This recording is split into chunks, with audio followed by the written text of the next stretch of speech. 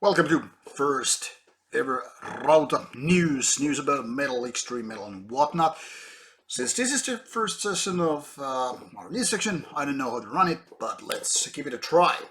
So I have listed some of the topics I want to more or less tell you about in case you have missed them or otherwise, and then obviously present my own opinion about them, whether it's good or bad or something in between. Many of you have already known, read, or seen that Mayhem released their first new single from their upcoming album. This single song, Wordless Abominations Destroyed, is already out there on YouTube, and it will be featured on the new album, which is out 25th of October. Obviously, that song and album is going to be supported by a tour which will be playing these new songs and see how the material is out there for live. Well, to be honest, I'm one of those guys that never actually got to like too much Mayhem since their excellent album, The Mysteries Dom Savanas, and also the mini CD that followed it, Wolf Slayer Abyss. Everything since then has been more or less left me kind of a lukewarm or cold, but this new song actually sounded pretty damn good in my opinion. It sounded like they're going for the mysteries, but also some of the later material.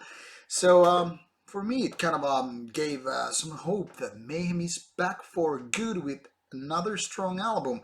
And as the plan is, Rauta is supposed to do an interview with these guys. That is our hopes. That is what I've been asking when they come here in Finland in November.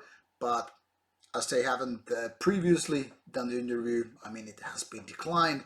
Nobody knows how it will be done. But anyway, we're gonna do a review of that album. We means me.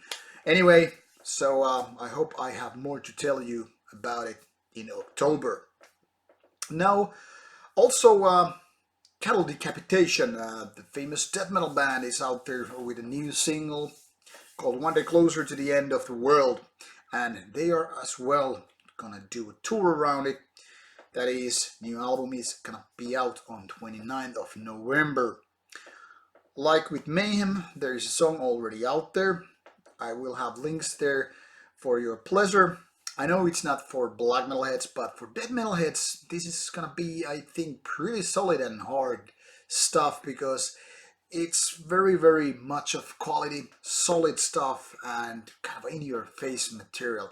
Once again, not defining death metal new again, but instead delivering what it's supposed to be. Maybe a little fantastic, but there you have it.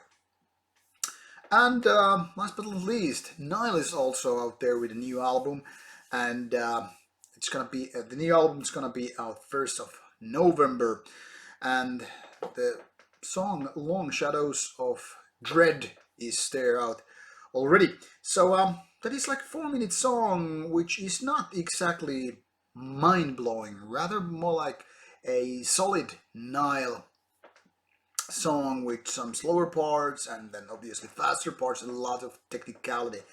Now, Nile is a band that has divided people in death metal scene. For one, I am there to like that band. I mean, it's great. It's one of those kind of a unique band that is all about technicality and also heaviness and interesting riffs and great atmosphere. Now, this first snippet of a song, well, it's a full song, but anyway, really left me to figure out like why go with this one, because it's not particularly catchy. It's short and makes sense for a video song, but I don't think it's showing the best sides of Nile. So closer to November, we will surely know more about it. But it's interesting to have now back because there is now a new lineup, only a couple of older members in the band, and the rest are more or less changed. So it will be interesting. Now, other news is that Finnish black metal band and Oceans is back. They have entered the studio and all that stuff. People probably have read it if you're a fan of the band anyway.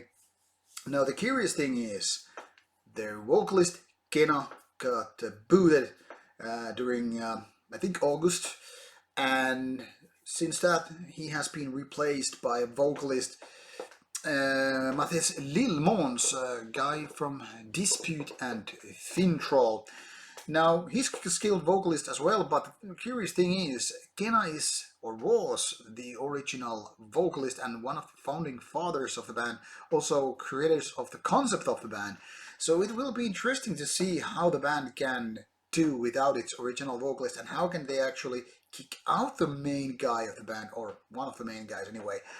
And obviously this is going to change some of the things when the band entered the studio, how the lyrics gonna sound or be written, and how the vocals are gonna sound, and obviously how the new gigs are gonna be with this changed lineup. Now the official thing here is that it was all done kind of in a nice and friendly way, but we obviously know that it's not exactly truth. There are always things which are left untold. We will be seeing how this turns out, that whether Kenna will have new projects on later on. We are not informed about it yet. So I have just a weak feeling that he's gonna do something. And the rest of the band, the Abominations, we'll see how it goes. And also their brother band, so-called brother band, Festerday, which is kind of the predecessor of Abominations, obviously is without Kenna. Also, that is, there will be a new vocalist.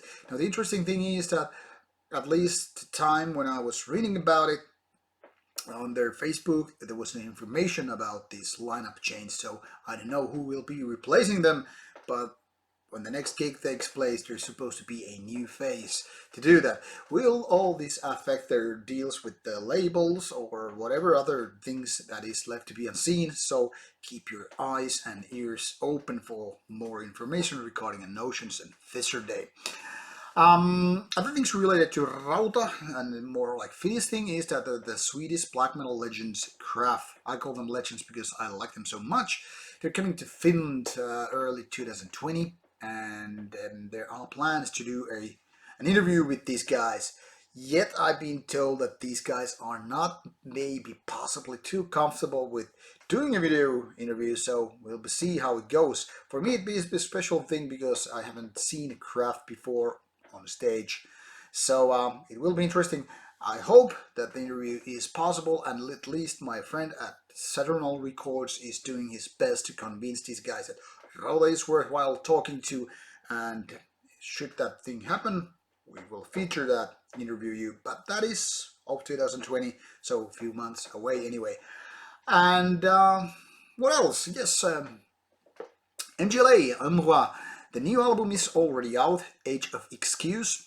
I've been there a couple of weeks now, and I am personally expecting the CD to arrive for review anytime soon.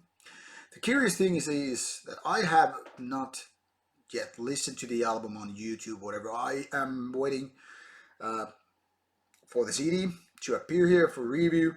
But what I've read, it's a curious thing that it has already divided opinions more than before. Some say it's way too technical when it comes to drums, and some say it's just boring like it used to be. But even the old fans are now more divided. Will MGLA be the same as before? I'm personally gonna do it, talk about it more in the review, but at least it's out there for you Polish black metal fans for you to see.